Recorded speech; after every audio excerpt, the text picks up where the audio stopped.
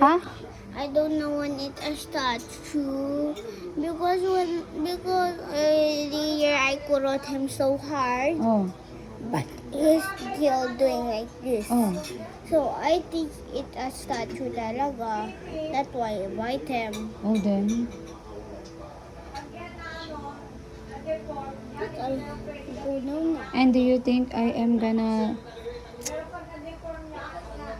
just gonna fall for that? I'm just gonna accept that? I'm just gonna believe that?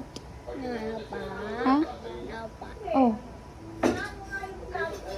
Then why are you still telling me that? Huh? Natising po. Huh? Natising po. You tell me, why are you biting your kuya? Mga 3 araw, 2 araw. Ano? Hindi mo pwedeng gamitin yung That's not the reason. Kasi may chemical pa din yan. Hindi ka malilito if a thing or a person is a statue or not. Wag mo kong niloloko. You think you're bad? Yes, you are. You do not reason that out, ha? Huh? You're lying.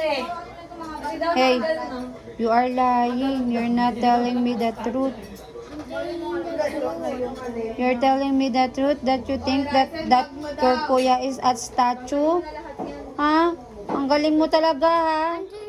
I'm telling the truth. Natakot siya. You cannot identify if a thing is a statue or a real person? You don't know? Ha? How to identify what's real or not? Bakit? Maybe there's something wrong with his kuya. Di ba, Kiara? Bakit hindi mo kayang i-identify what is real or not? I-elaborate Ha? it.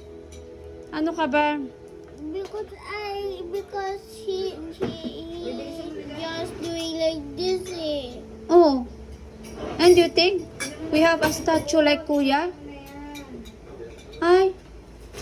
Susuntukin kita. Hindi ako nakikipagbiruan sa'yo. Kumain na kayo nang makatulog na mapatay na Ah?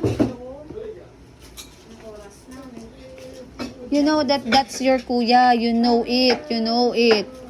You know it. I know it. You do not lie. Bad ka. Sorry, kuya. Sorry kuya. Am I your kuya? Ha? Bad ka, ha? You're lying pa, ha? You're being bad talaga.